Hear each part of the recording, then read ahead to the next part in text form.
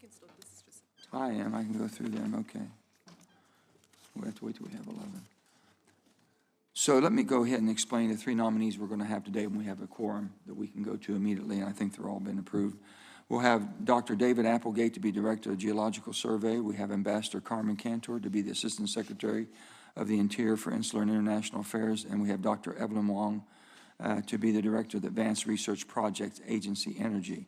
We held a hearing on all three of these nominations on April 28th. I've supported all three nominees, and they're well qualified the positions to which they have been nominated. I think that we do have support in a bipartisan way, which is very good. Dr. Applegate has been a career geologist with the USGS for the past 18 years and has served as the acting director for the past year. Ambassador Cantor is a career member of the Senior Executive Service and is an experienced diplomat with the State Department. She has spent the last 2.5 years as our ambassador to federal states of Micronesia, a post to which the Senate confirmed her by voice vote. Dr. Wang is the head of the Mechanical Engineering Department at MIT and has served as the Associate Director of the DOE Solid State Solar Thermal Energy Conversion Center. I think all three nominees will bring their extensive knowledge and experience to their positions, and I would urge my colleagues to vote to confirm them. We will vote on the nominations once we have our quorum. Now for our hearing today, which is our drought hearing. Moving on to the focus of today's hearing, I want to thank you all for being here today as we discuss the Western drought crisis, an extremely pressing issue that is no doubt ever present in the minds of our Western colleagues. The West is currently facing a historic mega drought, and 92% of the area at large is facing some degree of drought. From some states like Arizona, California, Nevada, New Mexico, and Utah, that figures at 100%.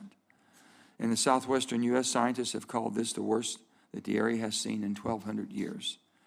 I know the water issues out west are very different than what we have in West Virginia. We are often faced with the opposite problem of flooding and too much water rather than a drought. But it doesn't matter where you live. Drought has a domino effect that indirectly spills over into the lives of all Americans, from the economic losses to wildfires to food scarcities and higher food prices. The historic significance of this period should serve as a wake-up call to the entire country on the critical importance of stakeholders coming together to develop and implement drought-proof water solutions that tackle both water supply and water demand, especially in light of population growth and climate change. But as I've often said, in the topic of climate change, I want to stay focused on actionable solutions, and that will be the focus of the drought discussion today. The Bureau of Reclamation has a vital role to play when it comes to managing Western water resources and addressing water scarcity. President Teddy Roosevelt created the Bureau of Reclamation shortly after signing the Reclamation Act on June 17, 1902, 120 years ago this Friday. Today, the Bureau of Reclamation is the nation's largest water supplier, operating over 300 reservoirs that provide 1 in 5 Western farmers with the water for their crops and deliver 10 trillion gallons of drinking water to millions of people each year. But the agency is currently facing unprecedented challenges. Given historic low and continually declining levels of water in many of the country's largest reservoirs, in the Colorado River Basin, Lake Mead and Lake Powell have reached their lowest levels ever recorded. Currently, Lake Mead is sitting at 29% capacity, while Lake Powell is currently at 27% capacity. These lake levels put hydropower, which is critical to current and future grid reliability in the West, at risk, because the water must be high enough to actually turn the turbines. In fact, the North American Electric Reliability Corporation, or NERC, cited the threat of low water levels to hydroelectricity generation to be among the challenges to maintaining grid reliability in the West for the coming summer. Future water projections in this basin also look grim, and if water levels continue to decline, it would trigger the most severe water cuts for the Southwest. This is incredibly alarming to everyone. These reservoirs are a crucial source of water to millions of households, thousands of farmers and ranchers, wildlife habitat, and provide power for over 3.5 million homes. With multiple entities competing for limited water resources that reclamation facilities provide, there are no doubt going to be some tough decisions ahead about how to equitably allocate these water supplies. Last year, Congress invested in Western water infrastructure and provided the Bureau of Reclamation a historic amount of funding in the bipartisan infrastructure law, $8.3 billion, to fund projects that can provide short-term drought relief and long-term drought resilience. It provided funding for water recycling, desalination, storage, and aging infrastructure projects, incentives for water conservation and efficiency, and funding for projects that provide multiple benefits for people and the environment. I look forward to hearing from Commissioner Tootin about how the agency is prioritizing these funds to deal with our scarce water supplies and where additional congressional action may be needed to prepare for the future. While the discussion around drought has centered on water supply availability, water demand solutions must also be part of the conversation. I've talked at length about how energy efficiency is a common sense way to reduce our energy consumption, and I think it makes sense to look at water through the same lens. Water and energy are two sides of the same coin. It takes a lot of energy to treat the water we use in our everyday lives, and it takes substantial amounts of water to produce energy. Given the current drought and high energy costs we're seeing across the board, water conservation and efficient water use are the lowest hanging fruit to managing our demand. I understand there are tools available that can help Western communities make investments to conserve water. One such tool is the Bureau of Reclamation's Water Smart program. This program was designed specifically to address water demand by investing in irrigation infrastructure and water conservation and efficiency improvements to help communities respond to water scarcity conflicts across the arid West. One thing we can all agree on is that an all of the above collective approach is needed to adapt to these tough conditions because there are only so many ways to split such a critical and limited resource. I look forward to learning from our expert witnesses on where opportunities exist to further invest in both water supply and water demand. Finally, a long-term coordinated drought effort is going to require flexible water management strategies and meaningful investment at the state and federal level. The bottom line is this: water is the most essential resource to the health of our people, our economy, and our environment. But prolonged drought is becoming a frightening new norm. It's going to take effort and collaboration from all parties involved to commit to implementing sustainable drought solutions. Recognizing this reality is critical. So I look forward to learning more and discussing how we can better manage and conserve the limited water resources that are the lifeblood of so many economies and communities. I'll now turn to Senator Brasso for his opening remarks. Well, thanks so much, Mr. Chairman. And as you and I know, we've agreed to an en bloc voice vote on all three nominees today once we have a quorum. I'm going to support Dr. David Applegate to serve as the Director of the United States Geological Survey at the Department of Interior. Dr. Applegate is exercising the delegated authority of the USGS Director. He's held numerous positions in that agency. It is the largest civilian water, earth, and biological science mapping agency. At his nomination hearing, Dr. Applegate committed to prioritizing the core mission of the agency and to zealously guard its scientific independence to ensure the information it publishes is not tainted by politics. This is an imperative, and I'm going to be watching closely to make sure he follows through that commitment. Additionally, support Ambassador Cantor to serve as the Assistant Secretary of Insular and International Affairs, and I note we now have a quorum, so I'll just move on to say that she currently serves, has worked, and I believe will do a fine job, and also support Dr. Evelyn Wang to serve as the Director of the Advanced Research Projects at the Department of Energy. So thank you, Mr. Chairman. Well, if you want to move ahead with the vote, then I'll delay my opening statement. Right back to you, Senator. Thank you, Senator. Now that the reporting quorum is present, we can vote on the three nominations. Unless any senator wants a roll call vote on any of the nominations, I ask unanimous consent that we take up all three nominations in block and that we have a voice vote on all three. Is there any objections? Hearing none, that will be in the order, and we have a second. The question is on reporting the nominations of Dr. David Applegate to be the Director of Geological Survey, Ambassador Carmen Cantor to be the Assistant Secretary of the Interior for Insular International Affairs, and Dr. Evelyn Wang to be the Director of the Advanced Research Projects Agency, with the recommendation the nominations be confirmed. All those in favor say aye. Aye. Opposed? The ayes appear to have it. The ayes do have it. And the nominations are favorably reported. That'll conclude our business meeting. And now with that, we'll go back to Senator Brasso for his opening statement. Well, thanks so much, Mr. Chairman, for holding this important hearing today on the devastating drought that we're living through in the West. First, I want to welcome Pat O'Toole of Savory, Wyoming, to be at the committee today as a member of our panel. Mr. O'Toole, thanks so much for agreeing to testify today. You've been here in the past to testify. You always provide valuable insight, and I'm glad you're here to provide that insight today on this important topic. Mr. Chairman, I'm going to give a more extensive introduction of Pat, who is formerly a member of the Wyoming legislature, when we get to that point in terms of the witness testimony. Extreme drought is a serious concern to all Westerners, but especially to small rural farming and ranching communities in Wyoming. Drought can create conditions for catastrophic wildfires that threaten homes and communities. According to the National Interagency Fire Center, over 27,000 wildfires have already burned close to 2 million acres this year, and it's all across the country. Drought also reduces recreational and tourism opportunities, reduces related jobs around reservoirs and public lands, and of now, according to the National Oceanic and Atmospheric Administration, 36 national parks, over 400 ski resorts, and over 1,500 reservoirs are experiencing moderate to exceptional drought. Drought impacts energy production and availability. Low water levels threaten the operator of hydro dams, which provide a significant amount of carbon-free electricity to Western communities, and you mentioned that in your opening statement, Mr. Chairman. Lack of water availability also threatens hydraulic fracturing. This is a process which produces abundant supplies of clean, natural gas. Drought denies water to vital grazing lands and alfalfa fields necessary for feeding and raising cattle. This can result in significant economic impacts for communities that depend on agriculture and ranching to create jobs.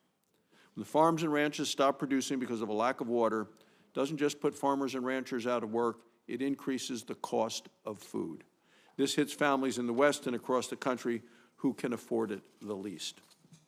American families are dealing with skyrocketing inflation and record-breaking gas prices at the pump, the highest in history today. Can't afford a grocery drought tax on top of all of that, which is going to clearly bust family household budgets even further. The problems and impacts of drought are clear.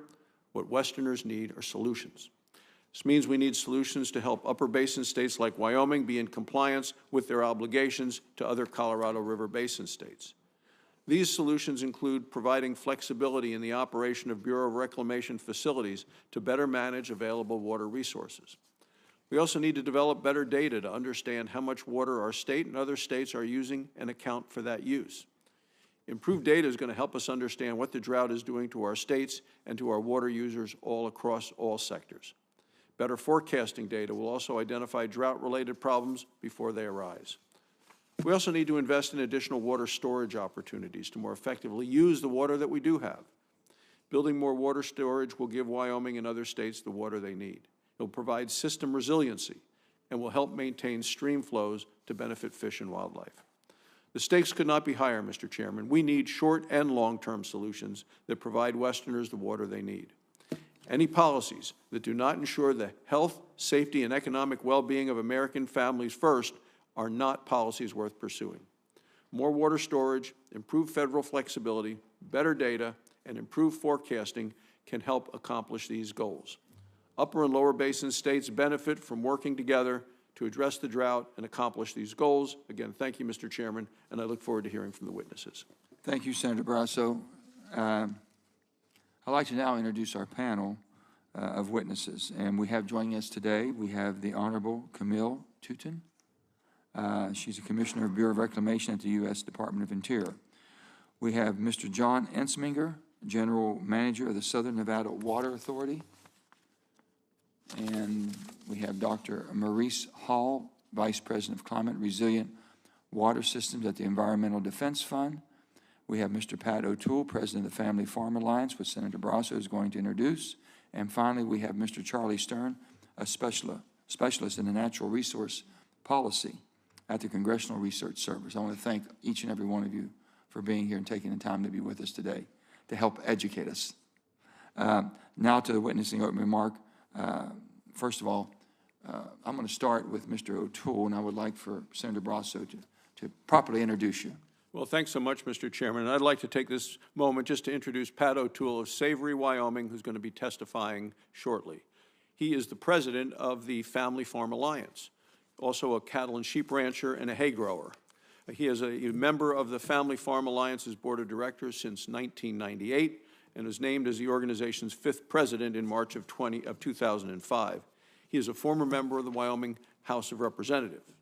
He and his wife Sharon live on a ranch that has been in the family since 1881, which was 9 years before Wyoming even became a state. The O'Toole family and the latter ranch were the recipients of the 2014 Wyoming Leopold Environmental Stewardship Award. He's a graduate from Colorado State University and has a strong background in irrigated agriculture. His understanding of the water needs of rural western ranching communities in the Upper Basin is going to provide valuable for today's hearing. So, Pat, again, thanks for making the trip. Thank you for joining us today. Welcome to the committee. Thank you. And now we'll start with our witnesses and Honorable Mrs. Tootin, if you would. Good morning, Chairman Manchin, Ranking Member Barrasso, and members of this committee, and good morning to this panel. My name is Camille Klimlim Tootin, and I am the Commissioner of the Bureau of Reclamation. Thank you for this ongoing dialogue on the very important issue of water across the West. The panel can talk about the specificity of how the drought impacts agriculture, communities, and ecosystems. I will focus on the management of the system and the actions Reclamation is taking to manage this moment and into the future. My written testimony goes into more specifics on the actions in which we manage our 189 projects, but you'll see a similar fact pattern in every major river basin. Hydrologic variability, hotter temperatures leading to earlier snowmelt, dry soils, all translating into earlier and low runoff. This is coupled, as the committee has mentioned, with the lowest reservoir records on record. There's so much to this that is unprecedented, and that is true. But unprecedented is now the reality and the normal in which Reclamation must manage our systems. A warmer, drier West is what we are seeing today. Reclamation is responding basin by basin and engaging in actions to mitigate the impacts of a drying landscape. We are utilizing our operational and financial authorities as we take on this challenge based on the best available science and a whole-of-government approach. And we take these actions on with our partners across the West. Here are a few to date. We are maximizing our financial resources. We reprogrammed $100 million in FY21. We received $210 million in FY22 from Congress, and we immediately put that to work for drought and wildfire activities. FY22, we also selected 56 projects, funded $55.3 million in Water Smart grants across the western states. We are using our operational flexibilities. In the Colorado River, we have the 500-plus plan that were engaged in the lower basin states, and the projects include tribal, agricultural, and municipal users. In the Upper Basin, last month, we announced 2 separate drought response actions that will help increase Lake Powell storage by nearly 1 million acre-feet over the next 12 months to help preserve and protect Power Pool. We are implementing the bipartisan infrastructure law, and last month, Reclamation announced 46 project selections for aging infrastructure and extraordinary maintenance, totaling $240 million. We have funding opportunities available for water recycling, desalination, water efficiency projects, and those are announced throughout this year. And this Friday, on our birthday, we will be breaking ground on the first $100 million contract for dam safety at BF Sisk in California. This Friday, Reclamation will celebrate 120 years since we were created by Congress. And the challenges we are seeing today are unlike anything we have seen in our history. The science of the system across the West, and especially in the Colorado River Basin, indicate one of immediate action. And we rely on our 120-year track record of partnerships to solve these challenges, and will continue to do so. But in the Colorado River Basin, more conservation and demand management are needed, in addition to the actions already underway. Between 2 and 4 million acre-feet of additional conservation is needed just to protect critical levels in 2023. It is in our authorities to act unilaterally to protect the system, and we will protect the system. But today, we are pursuing a path of partnership. We are working with the states and tribes in having this discussion, and I have the faith and confidence of a century's track record in reaching a consensus solution. But faith alone is not enough. We need to see the work. We need to see the action. And my ask of Congress today is to keep pushing us back to the table, and to my partners, to stay at the table until the job is done. The nearly 6,000 reclamation professionals of today are part of a rich legacy of Americans renowned for harnessing cutting-edge technology, who inspired our nation through the Great Depression and World War II, and continue to help sustain the life and livelihood of the American West we know today. Working with our partners in serving the people and the communities of the American West is how Reclamation has met and overcome its many challenges and will continue to do so in the future. Thank you. Thank you. Now we'll have Mr. Insminger. Chairman Manchin, Ranking Member Barrasso, Senator Cortez Masto, and members of the committee, thank you for the opportunity to address you on this issue of critical importance to both Nevada and the Western United States.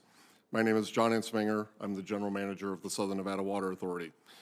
I am not a person who's prone to hyperbole, but I can assure you from on the ground that the ominous tenor of recent media reports is warranted. What has been a slow-motion train wreck for 20 years is accelerating, and the moment of reckoning is near. While the situation is objectively bleak, it is not, in my view, unsolvable. There is little we can do to improve the Colorado River's hydrology. The solution to this problem, and by solution I don't mean refilling the reservoirs, but rather avoiding potentially catastrophic conditions, is a degree of demand management previously considered unattainable. Nevada's efforts are a case in point. With only 1.8% of the river's allocated flows, we are little more than a rounding error. Lake Mead loses twice as much water to evaporation than we use each year. However, this tiny volume of water sustains 70% of the state's population. Our population has increased by 800,000 people over the last 2 decades, but our water consumption last year was 26% less than at the turn of the century. We achieved this by paying customers to replace grass with drip irrigated plants, setting mandatory irrigation schedules, and strictly enforcing water waste rules. We have removed enough grass to lay a roll of sod all the way around the earth. And we're not done. In addition to even tighter restrictions on ornamental turf, our sights are now set on improving irrigation efficiency and reducing evaporative cooling. There are headwinds along this journey, including reluctance of the business community to embrace conservation and ESG metrics that value energy efficiency over saving water. Our key advantage is that we capture and recover virtually every drop of indoor water. This is why continued financial and administrative support for projects on the Las Vegas Wash, green infrastructure through which we return water to Lake Mead, are so important. We also encourage federal support for large-scale water recycling projects for communities without access to large reservoirs. In engaging my colleagues in other states, it is clear they recognize the urgency of the situation and are ramping up their conservation efforts. However, and there's no way around this, cities alone cannot address this crisis, not because of indifference, but because we simply don't use enough water to tip the scales. As in the cities, the primary consumptive use in the agricultural sector is grass. Around 80% of the Colorado River is used for agriculture, and 80% of that 80% is used for forage crops like alfalfa. I'm not suggesting that farmers stop farming, but rather that they carefully consider crop selection and make the investments needed to optimize irrigation efficiency. My view has always been that you can't improve efficiency unless you measure it. So I strongly support the current Open ET bill, Senate Bill 2568, sponsored by Senator Cortez Masto. This legislation will provide access to more consistent, accurate water use data than is currently possible. By reducing their use of Colorado River water, agricultural entities are protecting their own interests. If Lake Mead reaches dead pool, Nevada's allocation will undoubtedly be further reduced, but we can still meet critical needs because we have invested $1.4 billion in local funding to secure our access to water. However, at that same elevation, California, Arizona, and Mexico will be cut off entirely because water simply can't escape from Lake Mead. We are 150 feet from 25 million Americans losing access to the Colorado River, and the rate of decline is accelerating. The burden of shortage cannot be borne by any single community or sector. Rather, I urge every user of the Colorado River to follow our lead and do all they can to preserve what remains of the lifeblood of the Southwest. Our collective futures depend upon it. Thank you for your time. Thank you, sir. Now we have Dr. Hall. Thank you, Chairman Manchin, Ranking Member Barrasso, and committee members for the chance to speak to you today on this most urgent issue. EDF's mission is to build a vital earth for everyone, and our water work supports water supply systems that provide the water we need for fish and other wildlife, cities, farms, and rural communities.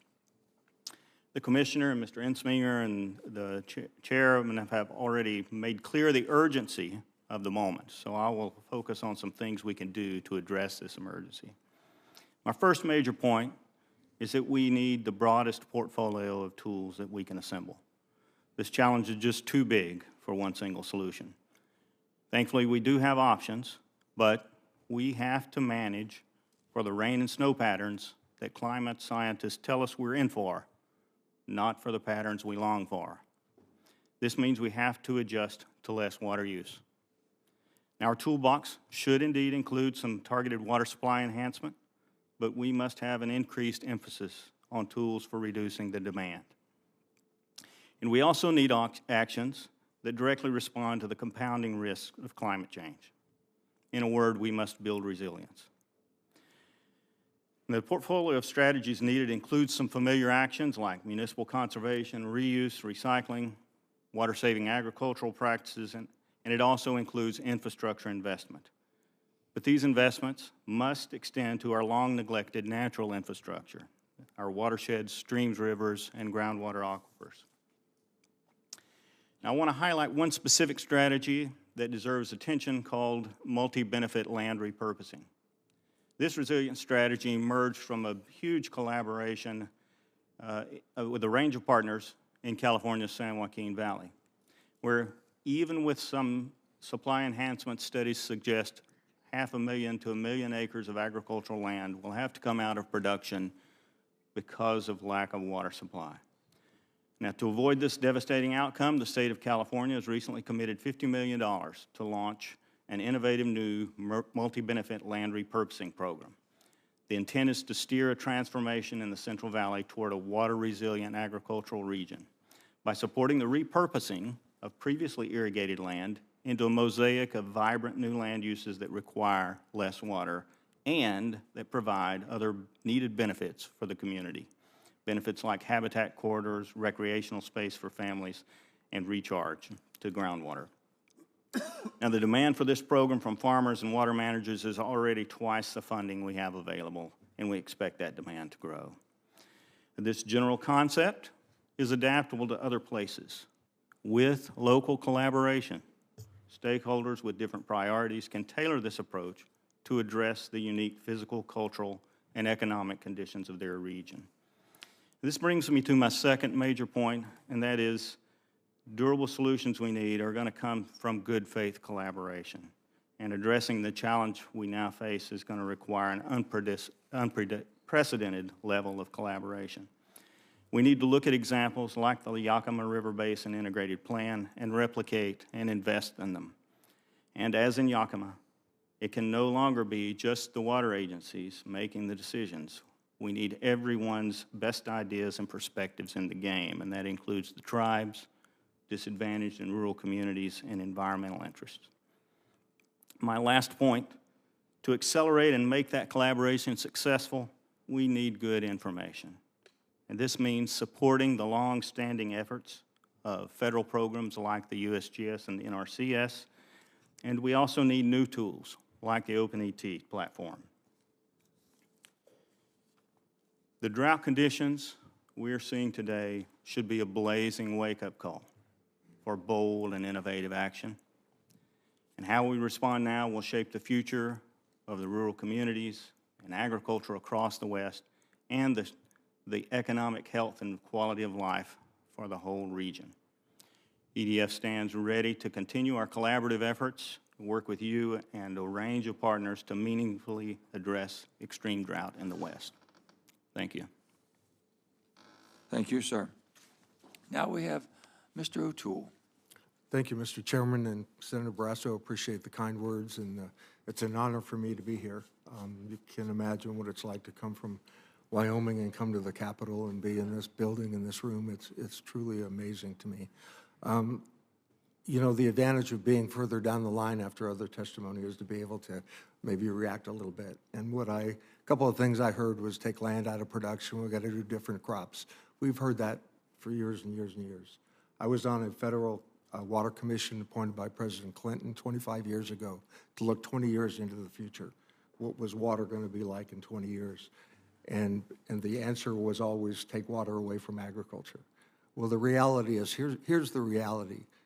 I've heard the word unprecedented used more times than I ever had in one session, because that's what we're involved in an unprecedented situation.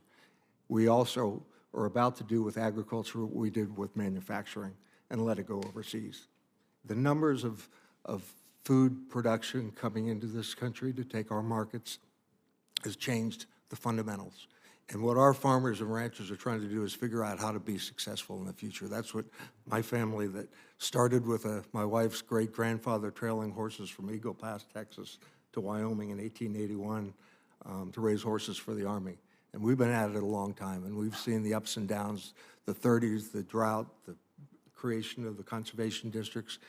And in my perspective, representing the growers that grow every crop that's grown in the United States, every livestock that comes from this country is members of the Family Farm Alliance. And I can tell you the stress that our people are feeling, that's unprecedented, because their families are under attack. All you have to do is read the New York Times, LA Times, any of those newspapers who pick up on, we can solve everything by demonizing farmers. It's got to stop, because we are at an unprecedented lack of sustainability and replacing ourselves. And to me, the thing that breaks my heart the most is hear a farmer or rancher say to their children, don't do this because there's no future in it. And I've heard it too many times because of the economics, because of the water, and now with all the other inputs that we have. I do a lot of different things. I've been on multiple boards. I've been with the Family Farm Alliance for many years. I went to Glasgow this year in the climate meetings. I'm chairman of a group on migratory birds in the western states that, you know, we do conservation. Our valley is unprecedented in the amount of conservation we're doing. I spent 14 years building as a legislator and then trying to permit a reservoir that saved our lower valley years ago. We're trying to build the second one. And what we need to realize is that there are impediments to our best wishes. This committee has a reputation for unanimous votes where people work together. That's been going on for a long time. We need a unanimous coordination of allowing the process to work. Storage is going to be critically important, and even more important in my mind on the Colorado River. I live 25 miles from the head of the Continental Divide is the forest. The forests are broken.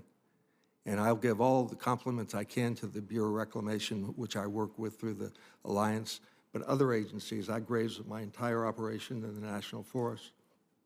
It is dead. It is not generating water. The headwaters of the Colorado River is not generating near the numbers of acre feet that it should be because the forest isn't functioning. What we need to do is take the laws and the efforts and the dollars that have come through the recent infrastructure bills and put them into place. I spent Sunday with a major national group and some conservation people talking about how we redo the forest so that it generates the kind of water that it could. I spent last week with the Forest Service, the Nature Conservancy, on the National Forest walking, where I rode horses my whole life. An elephant couldn't walk through now. And we need to empower those people that want to do things to actually do what you all have said go do. That's the problem. We're not acting in the way that we know how to act, and it just breaks our heart because we know what to do. Senator Larry Hicks from the Wyoming legislature is probably the best implementer of policy in the United States. I was with him Sunday talking about the frustration, and it may sound cynical, but what COVID has done in my world is we're prisoners of a bureaucracy that isn't functioning. We have to allow the system to function. And if there's one message that's coming from farmers, let us do what we do. We can't give up our production to the third world, which we are in the process of doing at the expense of the third world. There are food riots in Peru where we're raising avocados and taking their major crops here. We need to reverse that. The American agriculture is as powerful as it has always been. And again, my message about farmers telling their children don't farm because there's no future in it, we have to turn that around. That is as critical as anything that I can tell you. And when we look at the food crisis that we think is a Ukrainian deal, it isn't. It's much more complicated. It's been going on for years. And if we don't act, we won't have farmers and we won't have rural communities. This has been such an opportunity for me. I really appreciate it and be happy to answer any questions. I did want to mention one thing about Goshen County, Senator, and that's the infrastructure that had to be replaced was built in 1902, the Roosevelt administration, not Franklin. And that's the infrastructure part of how important it is that we really get down and do what we know how to do. Thank you so much. Thank you, sir. Mr. Stern. Chairman Manchin, Ranking Member Barrasso, and members of the committee, thank you for inviting the Congressional Research Service to provide testimony on drought in the western United States. My name is Charles Stern, and I'm a specialist in natural resources policy at CRS. My comments today will focus on drought not in any one specific location, but as a broader policy issue. In serving the U.S. Congress, CRS takes no position on these issues. As you know, a multi-year drought remains widespread across many western states, with some areas in an extended period of extreme drought. May 2020 through April 2022 was the second driest two-year period since 1895 in Arizona, California, Nevada, New Mexico, and Utah, and the fifth driest two-year period since 1895 in Colorado. While the West has a long history of drought, the geographically widespread nature of the current drought across these states is notable. The federal government generally defers to state primacy in surface and groundwater allocations. Therefore, state, local, and tribal entities lead most government efforts to respond to drought. However, these entities often look to the federal government for relief when disasters occur. Following a series of droughts in the 1990s, Congress enacted the National Drought Policy Act in 1996 and created the National Drought Policy Commission. In 2000, the Commission submitted to Congress its report and, among other things, noted that the United States needed to embrace national drought policy with preparedness at its core. It also recommended that Congress establish a federal, non-federal National Drought Council to coordinate federal programs addressing drought. Congress enacted some of these recommendations, for instance, creating the National Integrated Drought Information System within NOAA in 2006. Other recommendations, such as increased support for non-federal drought preparedness, were adopted administratively. Current federal drought coordination efforts take several forms. Congress has enacted a range of authorities related to drought. Most federal financial aid for drought addresses agricultural production loss.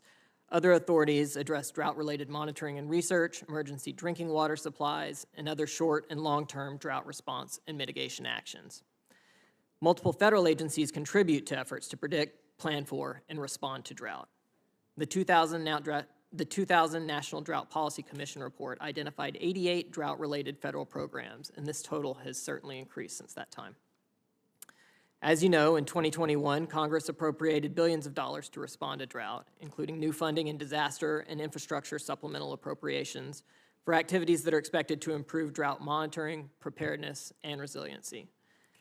Due to expected lag times in obligating these funds over multiple fiscal years, it will take several years before their effects are fully realized. Outside of new funding resources, some have proposed other, often interrelated actions to mitigate drought. Our testimony broadly divides these proposals into planning and preparedness, data and monitoring, augmenting supplies, and demand management. In regard to planning and preparedness, some observers have highlighted the need for better coordination of federal drought planning and capacity building programs. The Biden administration has also pointed to opportunities for states and localities to utilize FEMA funding for drought planning and mitigation. Drought data collection and integration is another point of emphasis by federal agencies. Various efforts to improve drought information and monitoring networks are ongoing. These efforts have the potential to strengthen the overall understanding of drought and strengthen NIDIS's National Drought Early Warning System. In terms of augmenting water supplies, Congress's 2016 enactment of the Water Infrastructure Improvements for the Nation Act authorized the first significant reclamation financial support for new water storage project construction in decades. These funds have supported study and construction at 13 projects across 3 western states, with more funding pending allocation. Some support extension of this authority, which has largely been used to support non-federal water storage projects. Apart from new water storage, alternative water supplies, such as water reuse, recycling, and desalination, is an area where federal support has facilitated development. Barriers to a wider adoption vary depending on the technology, water source, and location involved, and are influenced by financial, regulatory, and political context. Some in Congress propose increased prioritization for alternative supplies with multiple benefits or stakeholders, or for projects that are constructed in rural areas. Groundwater storage, aquifer recharge, and other similar projects are also viewed as an alternative to surface water storage. Congress has enacted, but not funded, authority for reclamation to support these projects. Federal support for other state and local efforts to respond to drought, including various efforts to manage demand for water during times of scarcity, are also areas of consideration. We discussed these and other options in our written testimony. This concludes my remarks. I'd be pleased to address any questions you may have at the appropriate time. First of all, thank you all very much all for your testimonies. And what we're going to start is our questioning now. And I understand Senator Kelly has to go to head up a SAS hearing. And if you will, sir, go ahead and start. Thank you, Mr. Chairman, and thank you, everybody, for being here today. Commissioner Tootin, good to see you again. I think we've all established that this drought is unprecedented. And I understand from your testimony, Commissioner, that the Colorado River is facing a structural deficit of between 2 and 4 million acre-feet of water next year. To put that amount in perspective for everybody in the room or anybody who's watching, Arizona's allocation of Colorado River water is 2.8 million acre-feet. California, 4.4 million. Colorado gets 3.9 million acre-feet from the river. Arizona has junior water rights in their allocation to the river. So if our state absorbed this 2 to 4 million acre-feet loss, it would wipe out deliveries, water deliveries to cities, tribes, and farms in Phoenix and in Tucson. This is certainly not in the public interest, given our state's national role in ag, strategic minerals, and semiconductor manufacturing. You mentioned, Commissioner, that Reclamation is working with basin states to develop a consensus agreement to conserve more water in Lake Mead and Lake Powell by August. I want to make sure we understand your testimony. If basin states cannot reach an agreement, is the department prepared to take actions to impose restrictions on other states without regard to river priority? Thank you for that question, Senator. Yes, we will protect the system, but we're not at that decision point yet. So let's get to the table and let's figure this out by August. Okay, when do you anticipate you might get to that decision point? For us on the river, the August 24-month study is usually where we determine what our operations are for the next calendar year. So it's August 16th is the date that normally, where we had the first Tier 1 shortage announcement last year. Okay. That's what we're working towards. All right, thank you. So Arizona has been leading the basin in conserving water to date. Farms have been fallowed, tribes are forgoing their full water rights allocations, cities are tightening their water budgets. We've worked to conserve nearly 850,000 acre-feet in the lower basin. And Arizona's done everything that Arizona has been asked. And we're going to continue to step up here, but we need partners and long-term commitments from the federal government because this is a basin-wide problem, not just an Arizona problem. We laid the groundwork for increasing conservation and augmentation in the bipartisan infrastructure bill that was passed, and we fully funded programs like the Drought Contingency Plan and the 500-plus plan to keep more water in Lake Mead. Commissioner Tootin, does California or the Upper Basin have a plan for how it will utilize resources under the Drought Contingency Plan? Those are conversations that are ongoing, including with the Upper Basin states and certainly with California. So you don't know if they currently have a plan? There is the Drought Relief Operations Act that the Upper Basin has, but could there be more system demand management? Yes. And will the administration be pushing Mexico to conserve more Colorado River water? That is a conversation we're having with our partners in Mexico, They're fully aware. We've briefed them in the way that we've briefed you on what we're seeing on the river. They are absolutely a partner here that we need to work with. And Commissioner, can the federal government move faster in deploying desalination and water recycling projects under the bipartisan infrastructure law? Yes, we will. And finally, and I might go over by 30 seconds, I hope that's okay, Mr. Chairman, based on your testimony, Arizona could see Tier 2 water curtailments as soon as next year. The first round of cutbacks last January hit farmers in central Arizona especially hard. And if we don't invest more in conservation, augmentation, and assistance to farmers, it could raise food prices at a time when food prices are at record highs. The White House Interagency Drought Task Force recently called for a whole-of-government response. Does Reclamation have a cost estimate for the resources needed to mitigate future year shortages? That is something that we're talking about now, especially with the scale of what we're looking at and the magnitude of actions we need to take. But what I will say, Senator, is I'll spend the bipartisan infrastructure law money to make sure that we're meeting the goals as Congress intended, but also to provide sustainability in the West. Okay, and when you get that cost estimate, can you get it to my office? Thank you. And it appears that drought is outpacing the annual appropriations process right now. So it's faster than we're appropriating the money to deal with it. Could you get back to me on how Reclamation might benefit if Congress expanded the Stafford Act for drought? Yes, well, I will get back to you. All right, thank you, and thank you, Mr. Chairman. Thank you, Senator. Senator Barrasso. Thanks, Mr. Chairman. Mr. O'Toole, we talked about, thank you for that amazing opening statement.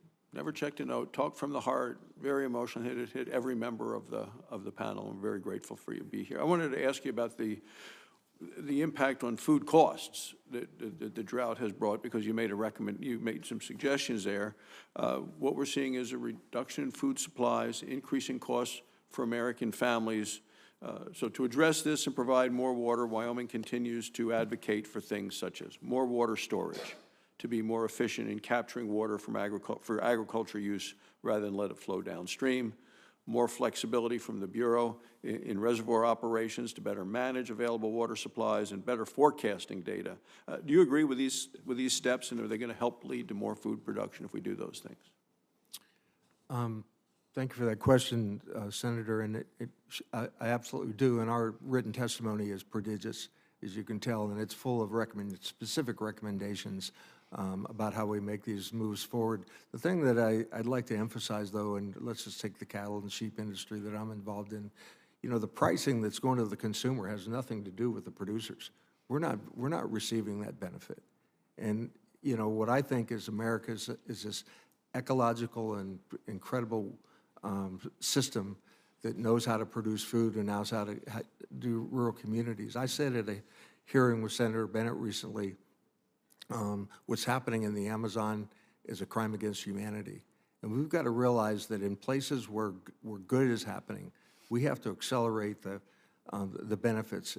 And the base benefit for the American population is a food supply. We are giving away our food supply capability, and the recommendations from the Family Farm Alliance are specific things that this committee has recommended, things that the Ag Committee has recommended. We just have to start implementing. If there's one message I have today, it's implementation. Please let there is no esprit de corps in a lot of the bureaucracy right now. That's a result of COVID and all kinds of things. The agencies have to have the ability to direct activities that we all agree on to get done. And the permitting of the reservoir in my community that I'm very familiar with is so frustrating. Meeting 2 times a week in a no-brainer process. The Forest Service is desperate to get in and fix what they know is broken, to deliver water. 160,000 acre feet doesn't go down the North Platte River because the forest isn't functioning. We know that. We have to change that, and that's the case with every watershed in the western United States where the water for the Bureau Rec comes from. Well, in addition, what you talked about in terms of the producers not noticing they see the increased prices, but not having the effect back to them. As I was this past weekend, it was the 150th anniversary of the Wyoming Stock Growers Association, was with all of them in Cheyenne this weekend. You go to the grocery store, and prices are up on hamburger, eggs, milk, soup, things that, you know, Bobby and I go to the store to buy. So we're seeing it, but as you point out, it's not heading back. I wanted to get to the next question, which is the Goshen Irrigation District tunnel collapse, and you've been to the site, I've been to the site. It left more than 100,000 acres of cropland in both Wyoming and Nebraska without water. Significantly impacted farmers, ranchers, both states, and that's why I introduced this bill S-4233, the Platte River Basin Critical Maintenance and Repair Act, to secure funding to address this. Would you agree that drought only underscores the need for addressing lots of aging infrastructure, such as what we saw there at the Goshen Irrigation District collapse? Well, it's as I mentioned earlier, you know, about the Ukrainian issue is a real issue with food and wheat and distribution, but it's a bigger issue than that. It's a bigger issue with American farmers and food production. And what drought has done is moved ahead trends that were happening without this kind of drought and climate driven, whatever's happening to us is so different. It's trends that have been happening, and as you know, I've testified here before on the need for storage, on the need for forest, on the need, and what I'm trying to, you know, just give him from my heart. It's not happening. It's not happening at the pace that Americans deal with crisis. We're crisis managers in America, and this committee is a crisis management committee. Your direction is so critical that it be implemented.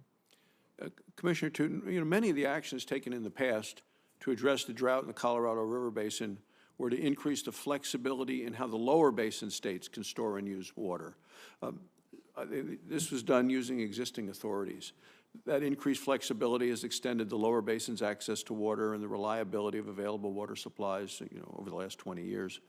What comparable increased flexibility is the Bureau considering or pursuing for the upper basin states, like Wyoming, in terms of what, you know, Mr. O'Toole just talked about in operation of federal reservoirs here? Sure, thank you for that question. First, on the aging infrastructure, your report, your legislation is the basis of what we have as our framework for what we fund. So Goshen Irrigation District and that work, top of mind for us at Reclamation. Regarding flexibilities, that's a conversation we're having with the states. One of the flexibilities we had under DROA, Drought Relief Operations Act, is to move water from Flaming Gorge down to Lake Powell. So there are conversations that need to be had, and it's not Reclamation telling the states what to do. It has to be, what is it you need? Here is my authorities. And if we don't have the ability to do that, to have a conversation with this committee. Thank you, Mr. Chairman. Thank you. I'll go now with my questions very quickly. This is to all five of you, and if you could think about, and as quickly as you can because we only have 5 minutes, but what role should Congress and the federal government have in Western drought and water management going forward? Mr. Toole, you've been very direct in some of the things that you've said. This doesn't make sense at all. So if we could start with Mr. Tootin, if you could tell me what you think we could do and help you do that job better to make sure that Western drought does not significantly get worse, but we can improve. First, thank you to this committee for the investment of $8.3 billion. For just investment in storage, it's roughly equivalent in the last 18 months of this administration that the previous administration invested. So we invested $461 million in storage alone. Resources are always of assistance, but really it's having to style. How quick is it going to be put out? How quick will that money be invested? Some of those we've already put out. Frankly, there's some projects that we're working on, Los Vaqueros in California being an example of it. Mr. Ensminger? I think Congress needs to make massive investments in agricultural efficiencies. I agree with Mr. O'Toole that we need to prioritize food security, but we can't balance the structural deficit by evacuating cities. So we're going to need to make our ability to grow the same amount of food with less water a priority. Dr. Hall.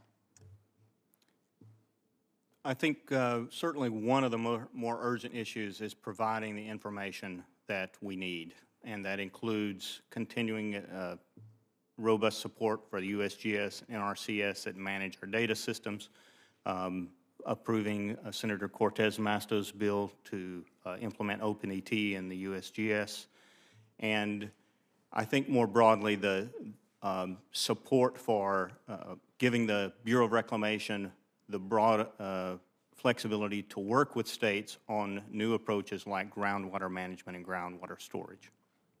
Thank you. Mr. Stern?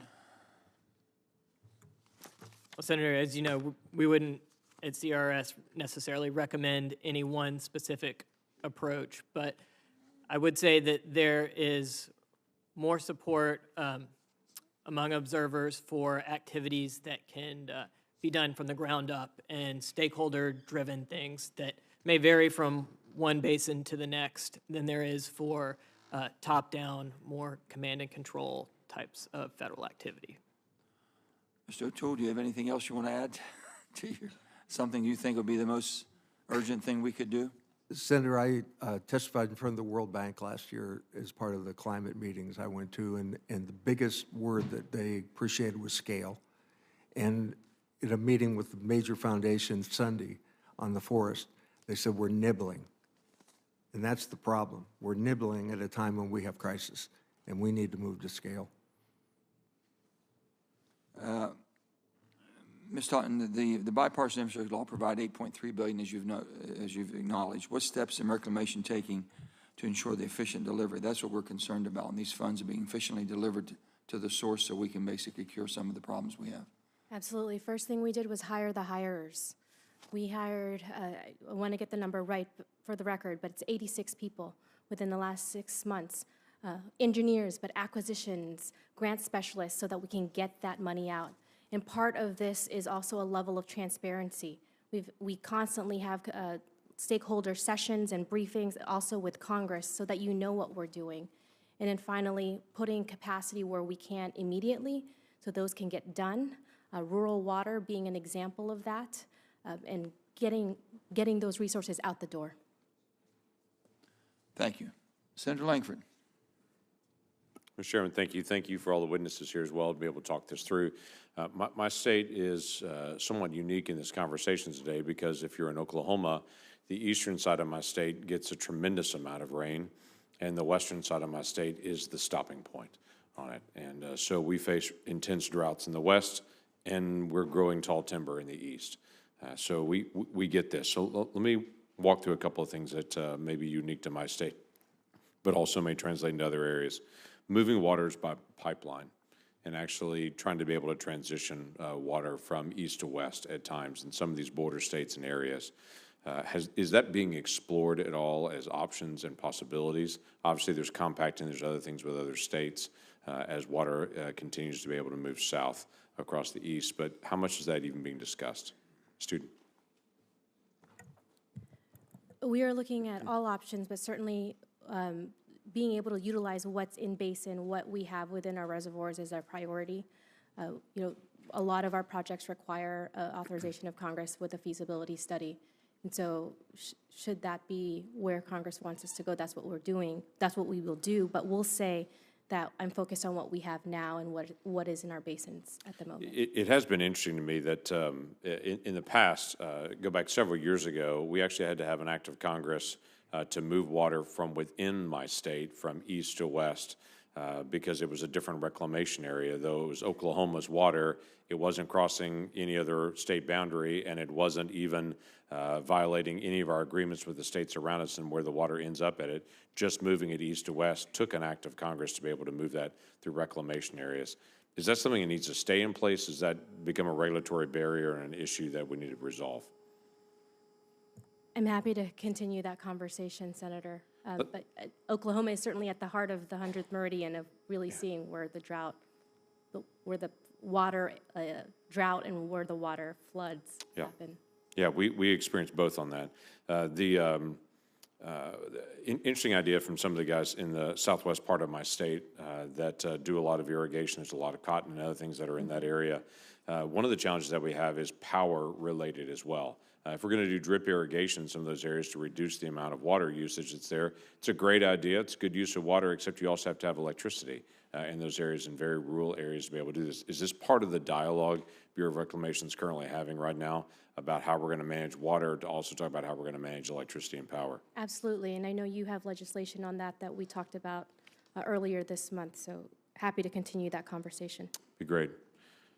Mr. O'Toole, let me ask you, you make a statement in your written document about water management in the West is becoming too inflexible. You made a statement earlier about permitting and regulations, and it's not functioning now. But there's a statement that you made. You said we're facing a regulatory drought as well as a hydrologic drought. Take us a little bit deeper in that, because this seems to be an area that you're focusing in on, where you're talking about the bureaucracy is not talking to the bureaucracy and it's locking up, and we're not able to resolve the issues there. Can you give me an example of that? So part of the conflict with agriculture in my world is lack of water, obviously, with the drought and that part. But there's also a conservation fish wildlife piece that's critically important, and many acres have been taken out of production because of ESA issues. For example, the changes in the Nepa process are disturbing to us, because we need to get things done. I've said it over and over again, and the process is not as user-friendly as it could be.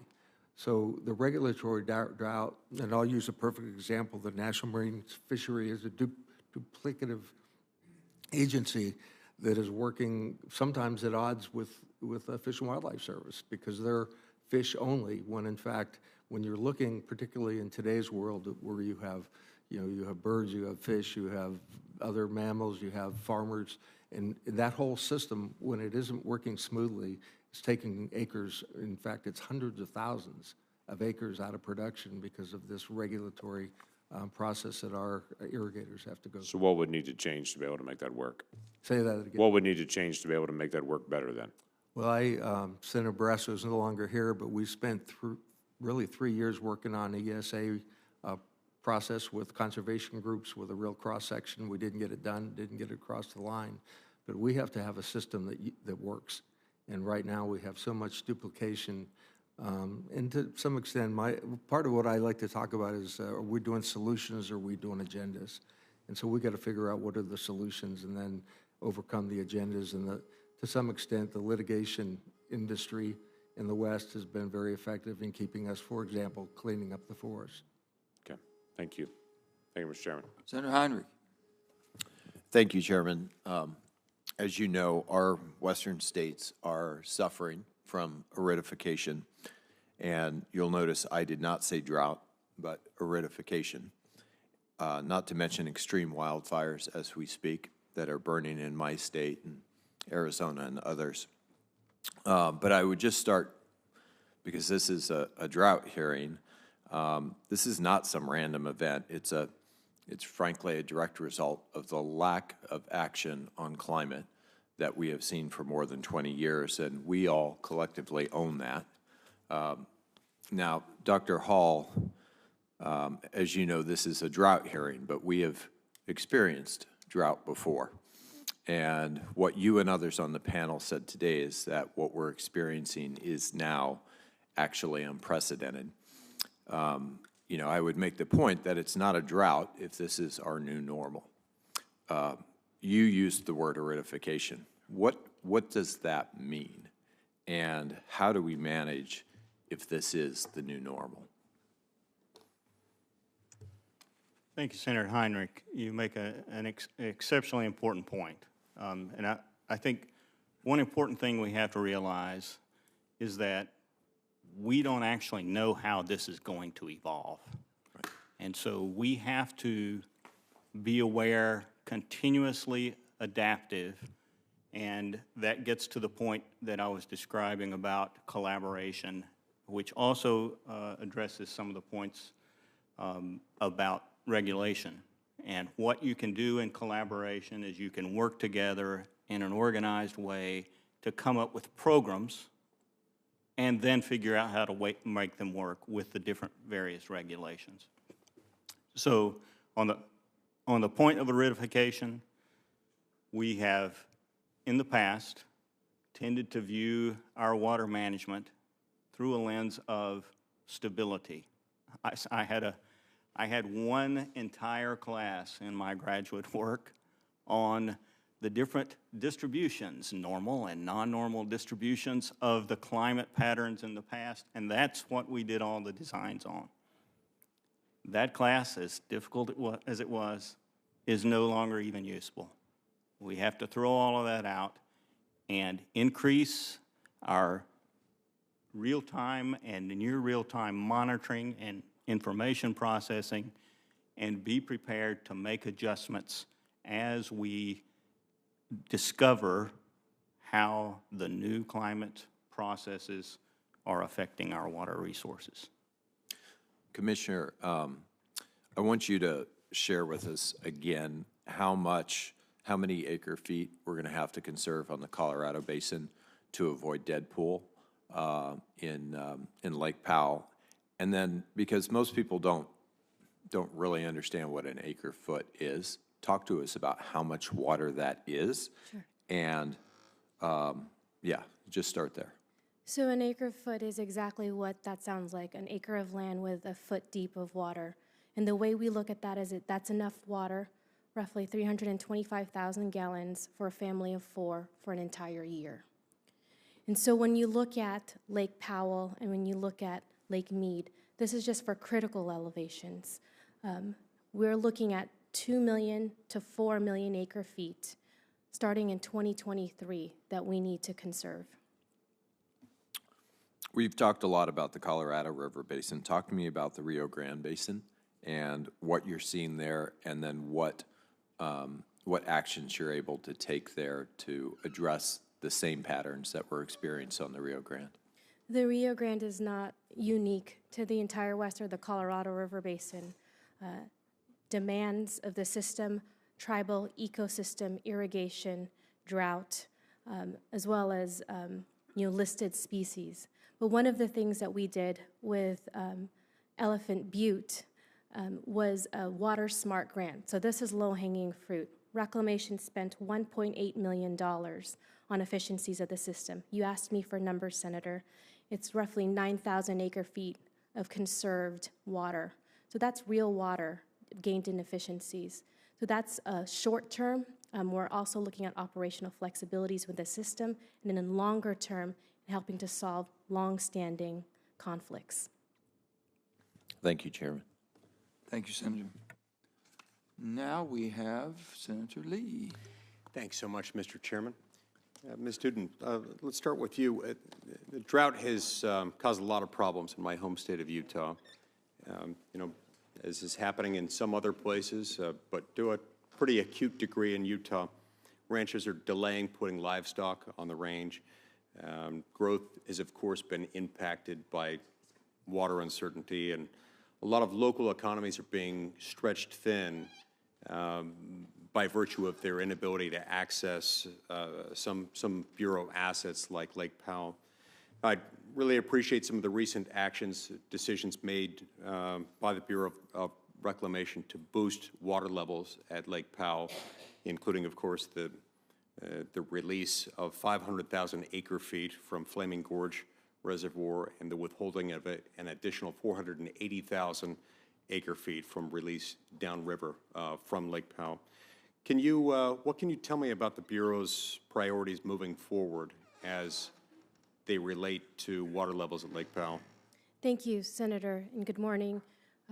We have a great partnership with the state of Utah. Gene Shawcroft is one of the principals we work in with the basin states. What we're prioritizing right now is really short term. What actions to make up that 2 to 4 million acre feet in the basin to help protect Lake Mead and Lake Powell? Because all of the actions that you mentioned, the nearly 1 million acre feet that we did this year, buys us a year. And we cannot be in the same place next year where we're talking about critical levels to protect power pool. So we are spending significant amount of times. This is the priority for us between the next 60 days to figure out a plan to close that gap. Right. Thank you. Yes, sir. Mr. O'Toole, I've done a lot of work on NEPA reform, policy reforms in the NEPA space, because I agree with you, these are essential to making sure we can do what we need to do.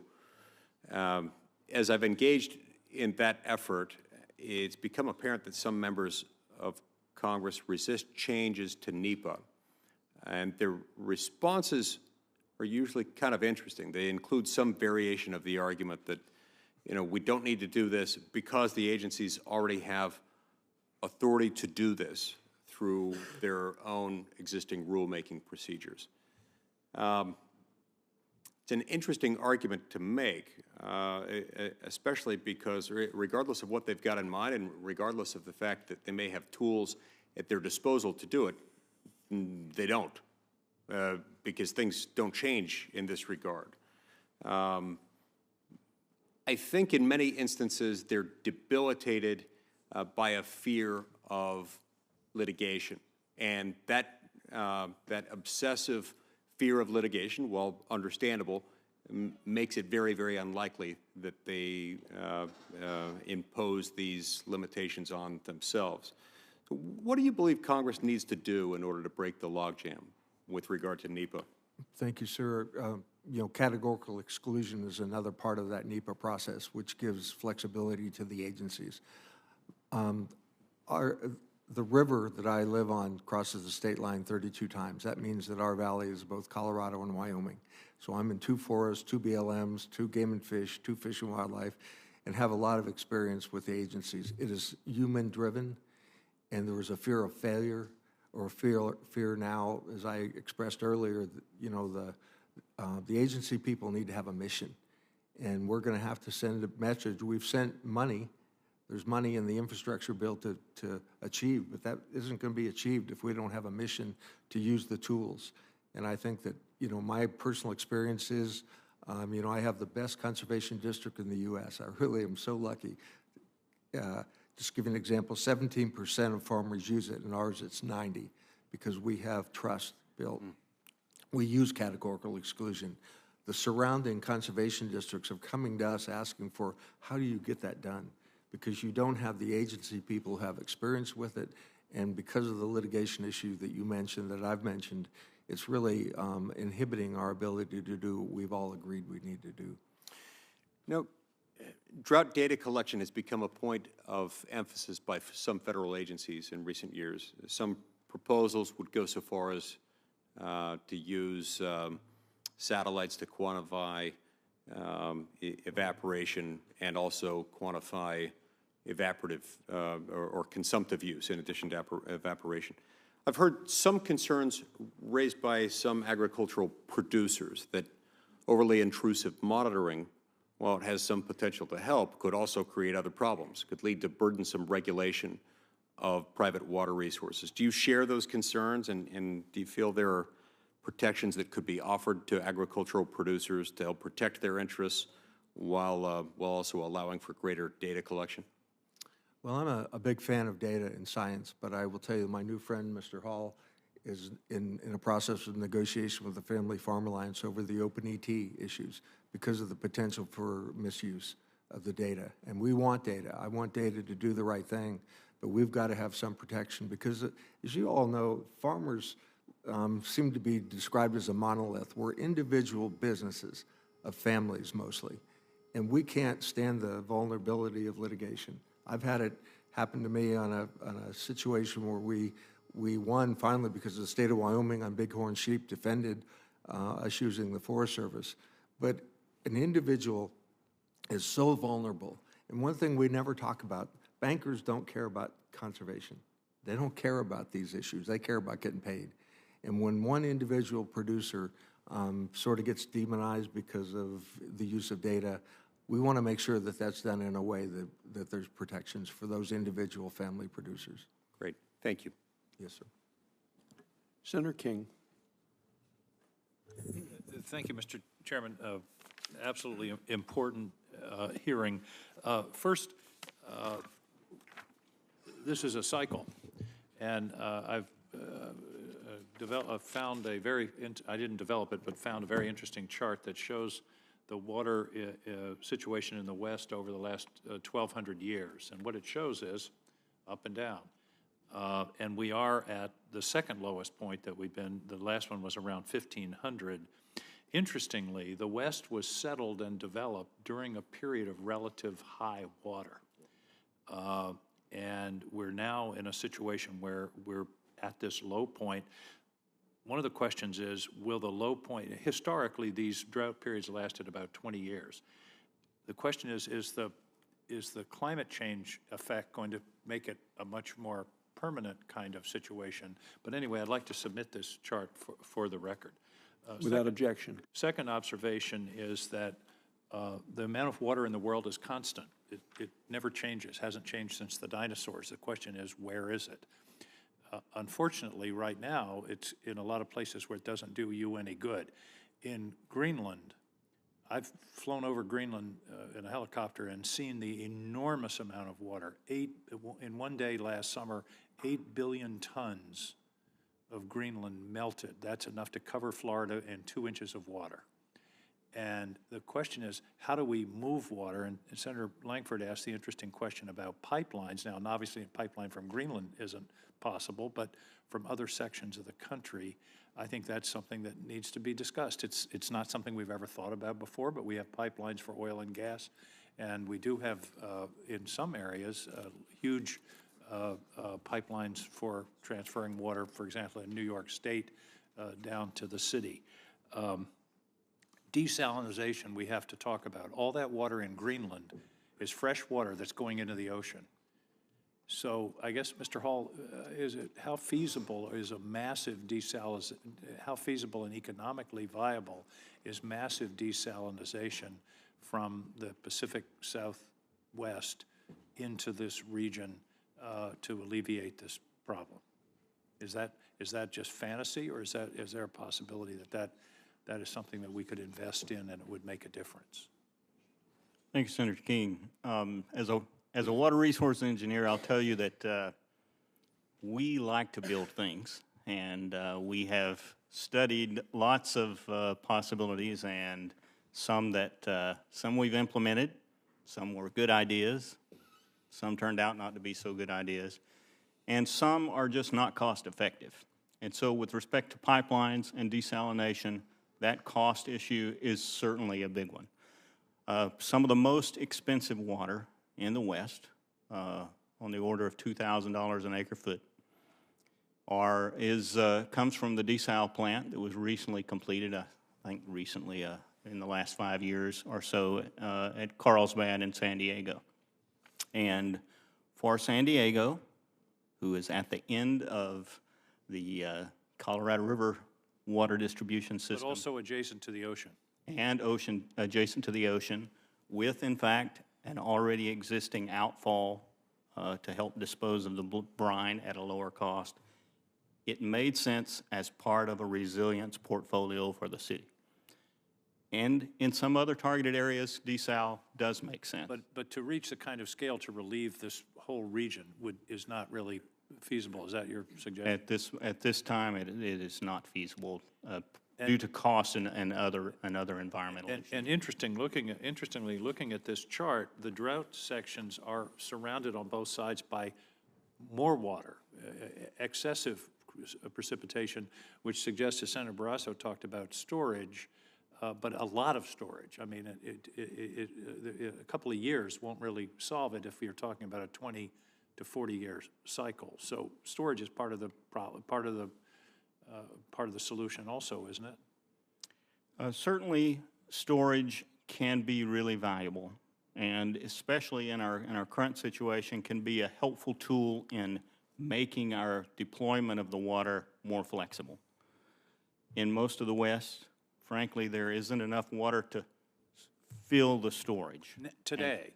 But I'm talking about in the 80s, there was excessive rainfall in the West, which if we could have captured that and held it for 20 years, it might have helped. Let me ask one other, not a question, but just an observation. Fascinating experiment going on in California now of building solar panels over canals, which will generate electricity but also diminish evaporation. If you could build a solar farm on top of Lake Powell, you could supply electricity for all of the West and diminish the enormous water loss to evaporation. I'm not ready to undertake that project, but I think we've really got to think in new and different ways absolutely. here, because this is, as many people say, unprecedented. At least it's unprecedented in the last 500 years. Thank you all for your testimony. Thank you, Senator King. Senator Cortez Masto. Thank you. Let me just thank the chair and ranking member for this important conversation today. And what we are talking about is drought in the West, not just along the Colorado River, but along in the western states. But we have the benefit of so many of you that have knowledge about the Colorado River. And I want to start there, because in Nevada, the Colorado River is very important for our needs in the state. And Mr. Ensminger, I want to put this in perspective, because there's been a lot of talk about the water. If we're just talking about the water along the Colorado River, it really follows the law of the river, which was implemented, in 1920, along the 7 basin states, and how they would allocate that water and share it. Because quite honestly, if you want more water out of the Colorado, you're taking it from some other state. And so there was an agreement. And can you talk to me, how much water is Nevada allocated out of that 15 million acre feet of water? Our allocation is 300,000 acre feet. Is that the lowest amongst all of the states? Yes, by far. If you add up the 7 states and Mexico, Nevada has a legal entitlement to 1.8% of the river. That's right, because we have the 7 basin states, and then over a million acre feet have to go to Mexico as well along the Colorado River. So because of the lowest allocation we have, and now we have 3 million people in the state, talk a little bit about what the Las Vegas Valley Water Authority did in early 2000 to address the water needs of the people in Nevada that were taking water, including across the state, but particularly in southern Nevada, where we have most of the population. What did the Water Authority do? Because I think conservation is key here, and it plays a great role in a story of what we have done in Nevada to augment some of this water. Would you talk a little bit about that? Absolutely. And I'm as big of a fan as anybody else if there's a solution to bring in more water. But what we've seen in the last 20 years is really, it's all about conservation. It's all about demand management. And our wake-up call came in 2002, which is still the driest year in the recorded history of the river, when only 25% of normal inflows came in. So beginning in 2002, we upped our Water Smart Landscape program, paying people. We currently pay $3 per square foot for people to remove turf. And as I mentioned in my opening, we've now taken out enough turf in the Las Vegas Valley to lay a 18-inch wide piece of sod all the way around the circumference of the globe. We have very strict water waste enforcement. We have a tiered rate structure so that those who use more water pay more for it and use those funds to fund our conservation programs.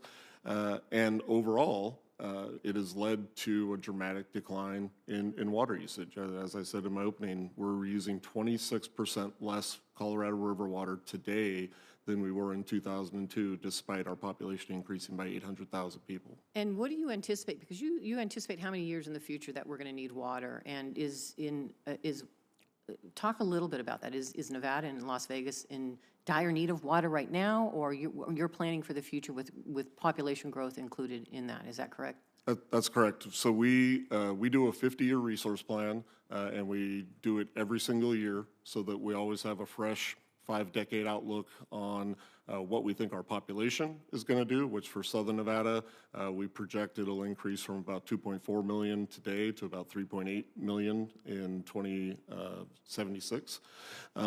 So we are always looking out into the future, and we then match up what we have to accomplish in conservation in order to be able to accommodate that population growth with, again, the smallest water supply on the river. So we are right now using about 112 gallons per person per day, and we project we need to continue to drive down that use to 86 gallons per person per day by 2035 in order to be able to accommodate that growth. And that includes, back in August of 2021, and I think the commissioner referred to this, is there was a tier 1 shortage condition for Lake Mead, which required us to allocate less water, right? Reduce our water consumption from Lake Mead by how much? That was by 20,000 acre feet, but fortunately, because of our conservation efforts, the shortage declaration doesn't mean you have to use less water than you're using today. It reduces your legal entitlement. So we reduced our entitlement from 300,000 to 279,000, but last year we only used 242. So because of 2 decades worth of preparation, conservation planning, we did not have to actually have our customers reduce the amount of water they used last year. Thank you. And I know I'm running out of time, but one final thing. We are landlocked, so what else should we be doing? What else do we need to be thinking about to address the water needs in the western states, particularly along the Colorado River right now? We need to help all of our friends and partners in the other 6 states and Mexico continue on their conservation journey. As you know, with the bipartisan infrastructure law, there's funding for the major regional recycling facility in Southern California, and that's an example of across state lines cooperation, and I think a model for other things that need to be done. But every user in every sector needs to be planning for how they're going to take care of their share of the pain. Is every user doing just that? Not yet. Thank you. Senator King, any additional questions? Okay. A couple, Mr. O'Toole, I believe building more water storage is going to give Wyoming, other states the water they need, provide system resiliency, also help maintain stream flows, benefit fish and wildlife. What do you believe are the associated benefits of smaller watershed-sized storage projects? Well, for example, the project I talked to you about in our community is a 2-state project, as I described earlier. And so, as you know better than anybody, the Endangered Species Act looms over all of us. And having the flexibility of water for migratory birds, for example. Our family is working on Upper Colorado endangered fish and sage-grouse. And having storage to release later, once you've seen, I hope this doesn't sound too bold, but 3 years ago, I could have told you what was going to happen to mead in Lake Powell because you weren't seeing the springs. The springs in my world are drying up. So I'm putting in solar wells and solar panels and doing every innovative thing I can do. You can have all the grass in the world. If you don't have water, you can't run livestock. So, it has such multiple benefits. And part of those is protection. And, when I'm with my grandkids riding around and we see migratory birds, we're as excited as we are about the genetics of our livestock because we realize we're in a system. And this idea of watersheds with small storage at the tops of the watersheds, the one we're looking at is at 8,200 feet. That takes away the issue that Mr. Ensminger talked about with losing, water from heat and those issues. So high mountain storage and watershed storage are the future. Ms. Toon, if I could just ask if, in terms of the Bureau, would they invest and look for more water storage opportunities in Wyoming and the upper basin states, as we just heard Yes, described by Mr. O'Toole? Yes. Thank you. Senator King, you had one more question? Yeah. I also wanted to mention that when you store water, you also are storing electricity, potentially, if you have a hydro associated, so that's another benefit. Mr. Ensminger, evaporation. How big a problem is evaporation in a large lake like Lake Powell or Lake Mead? And are there technologies, and I don't know the answer to this, I'm genuinely looking for the information, a film of plastic, a non-toxic chemical that would diminish or eliminate evaporation, or is evaporation not worth worrying about? My sense is it's a big number. It's a huge number. Just between Lake Mead and Lake Powell, you're talking about almost 2 million acre-feet of evaporation every year. So to put that in context, they evaporate more just from those 2 reservoirs than Las Vegas uses in 7 years. So is there anybody on the panel that might know, are there people thinking about the technology of limiting and diminishing evaporation, or is that just something we have to live with? We've seen, and maybe one of the other witnesses is aware of something I'm not, at the retail level, all of our reservoirs in Las Vegas are covered. They're underground, and we have seen in other places, they're essentially ping pong balls that can float on top of the water that radically reduce evaporation, but those are all pretty small scale. I mean, you're talking about reservoirs that go on for hundreds of miles and cross state lines, so I don't know of a technology to stop that. Mr. Hall, is there any thought given to how to diminish evaporation on a large scale? Yes, I think when we talk about evaporation and transpiration from plants, it is a really important question in our overall water balance. And in fact, living in northern New Mexico, seeing the fires, I realize very keenly how much management of our forest makes a difference.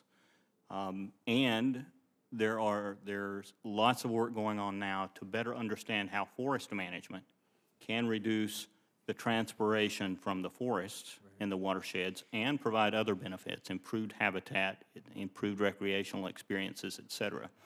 And so to the point of Mr. O'Toole's spring flow diminishment, that's something that we're seeing across the West, and undoubtedly higher evaporation rates, which are going to happen when you have higher temperatures, are part of that issue. And so to the point of investing in our natural infrastructure, looking at forest management very carefully and implementing the right management for our forests and frankly to rangelands as well to improve the water yield and provide other benefits is a really important thing for us to invest in and get figured out and get moving on.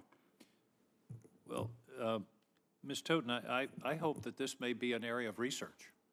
You're doing a lot of practical things, and it may be that we should be talking to the Department of Energy, but your office may be the right place to think about what are scalable technologies to reduce evaporation, which we've learned is a very significant number. If you could save enough water to supply Las Vegas by controlling evaporation on those two lakes, it would be that would be a substantial win.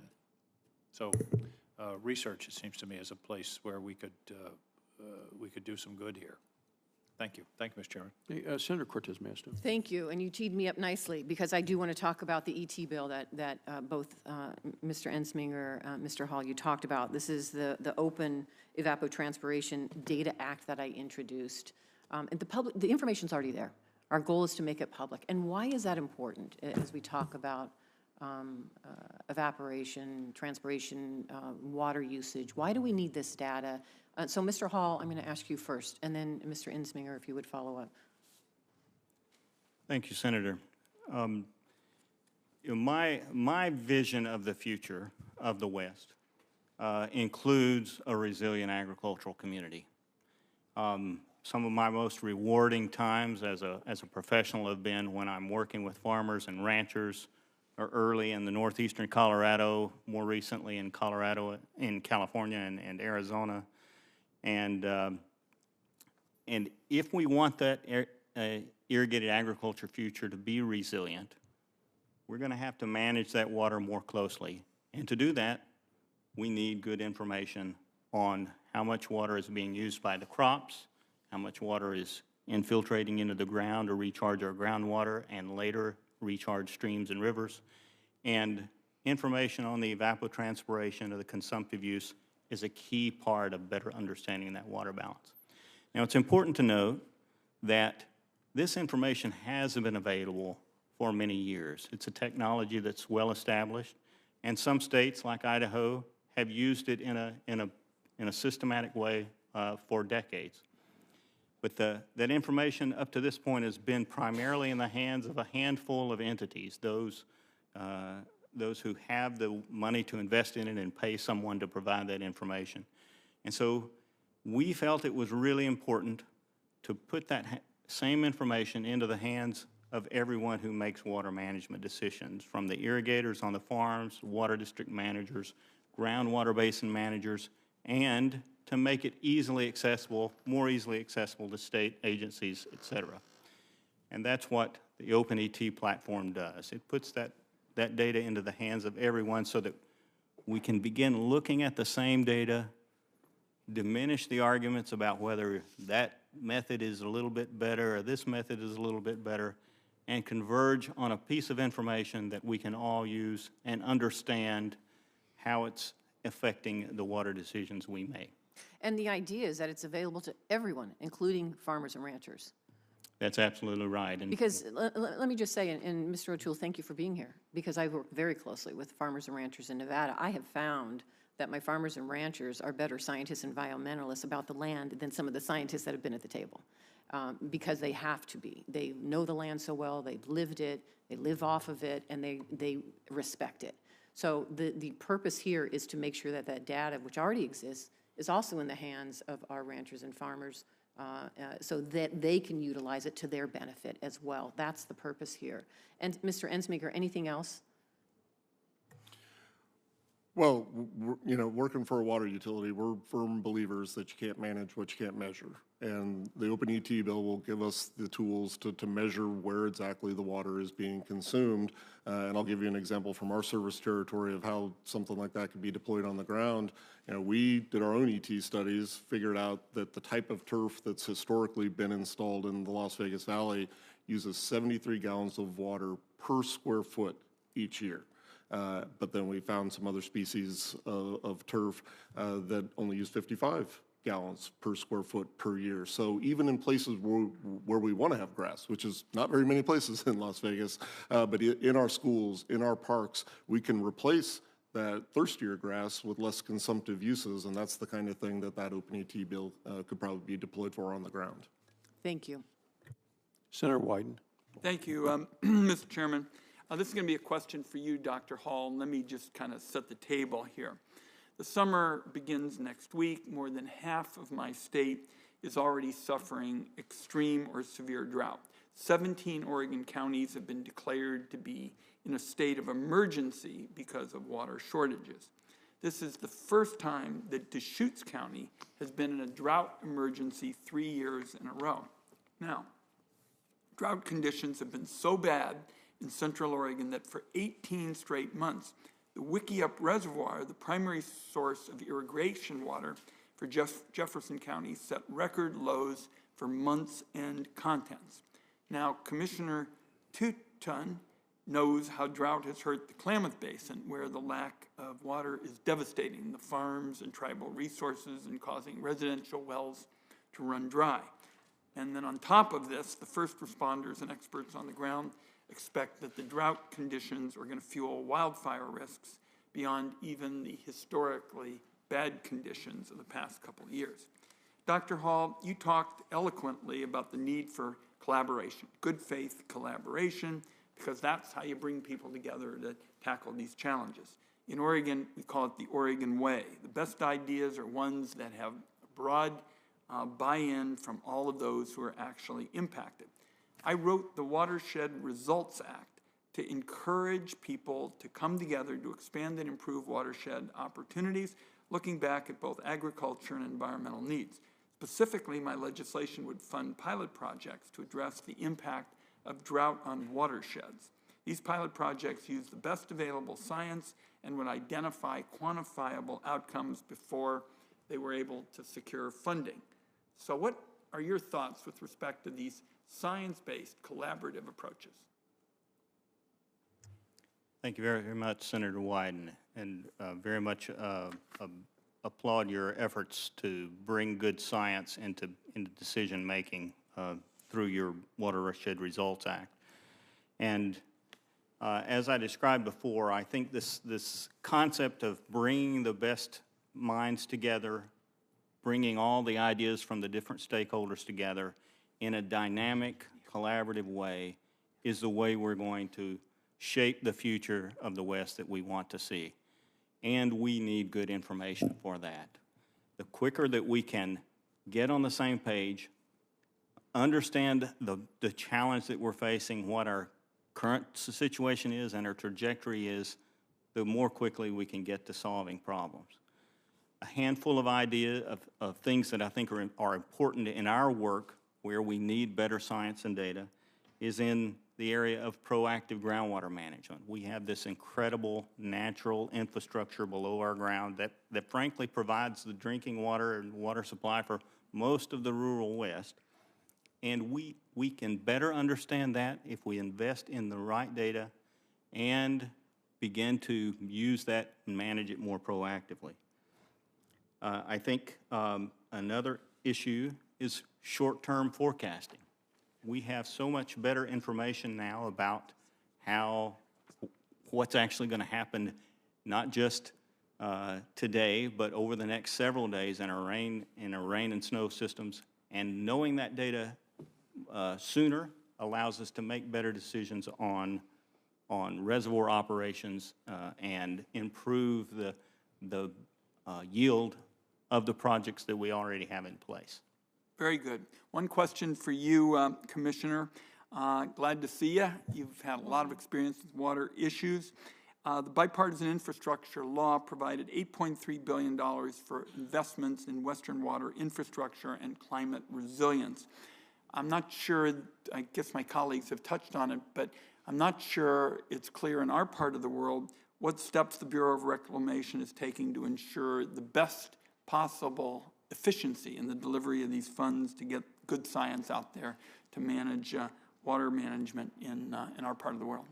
Thank you, Senator. One of the things that we did this year that I'd mentioned is step one is to hire the hirers and hire the people who can help get out the grants, who specialize in acquisitions, and certainly hire engineers. And so we staffed up, I think, by 86 people just to be able to implement bill and get those funds out the door. Certainly transparency in our actions, in our FY22 plan, our FY23 spend plan, talking with Congress about our path forward, so really communicating with everyone across the board. But certainly on Friday, we get the privilege of breaking ground on a $100 million dam safety investment in California to celebrate our 120th anniversary. And we're coming to Yellowstone in Montana to do the same thing. Thank you. Were you finished? Yes, Senator, Okay, thank you. great. I think the point I was just trying to make, Mr. Chairman, if you set the politics aside in this area of watersheds and drought challenges, it's amazing what you can do, and I won't bore my colleagues with long stories, but when I came to the Senate, a little bit after I arrived, I rushed to the floor with a brilliant idea for letting government work across agencies and with the private sector on watersheds. And when I got there, the chairman of the committee, Senator Barrasso knows him, Senator Gorton said, Ron, this is a really good idea, but maybe we ought to correct it. And he went out and did a bunch of corrections, put it in a big bill, and when I arrived home, people said, this watershed approach, the Wyden Amendment, is a brilliant idea. And I turned to my staff and I said, gee, I don't know what the Wyden Amendment is. And it's now being used across jurisdictions with the private sector because Slade Gorton was willing, as a senior Republican, to help a very new senator who wanted to do the right thing, wanted to work with people. So Senator Barrasso and our colleagues here, there is hope on these watershed issues. There is hope on drought because it does cross party lines. And let's get together and get it done. Thank you. Mr. Chairman, I just wanted to note, I learned subsequently that I'm not crazy. There are, in fact, very large floating solar projects, mostly in Asia, one as big as 320 megawatts. So this is something that I think we really ought to think about. And Ms. Tootin, you have 2,000 miles of canals. Nice place for solar projects. I'm happy to follow up with you, Senator. Thank you. I have one last question. Ms. Tootin, talking about bipartisan, the bipartisan infrastructure law included appropriations for implementing the Colorado River drought contingency plans. $50 million of the appropriation was designated to implement the Upper Basin contingency plan. Wyoming and the Upper Basin states compiled a detailed list of infrastructure investments, related efforts to advance implementation of the plan, presented the list to the Bureau in January. Could you give us an update on the status in providing the funding for these infrastructure investments? Senator, if I may follow up with you on the record on that or follow up with your staff, we can give you a more detailed update. Thank you. With that, I also have to introduce to the record from the American Farm Bureau survey, the historic drought is having devastating consequences for farmers and ranchers, and the American Farm Bureau survey, 58% of respondents in my home state of Wyoming said they expect crop yields to be down 50% or more due to the drought, and without objection, I will submit this for the record. Otherwise, I want to thank all of you, all the witnesses, for joining us today. This morning, members may put some questions to you in writing, and they'll have until the close of business tomorrow to submit additional questions for the record. With that, this committee stands adjourned.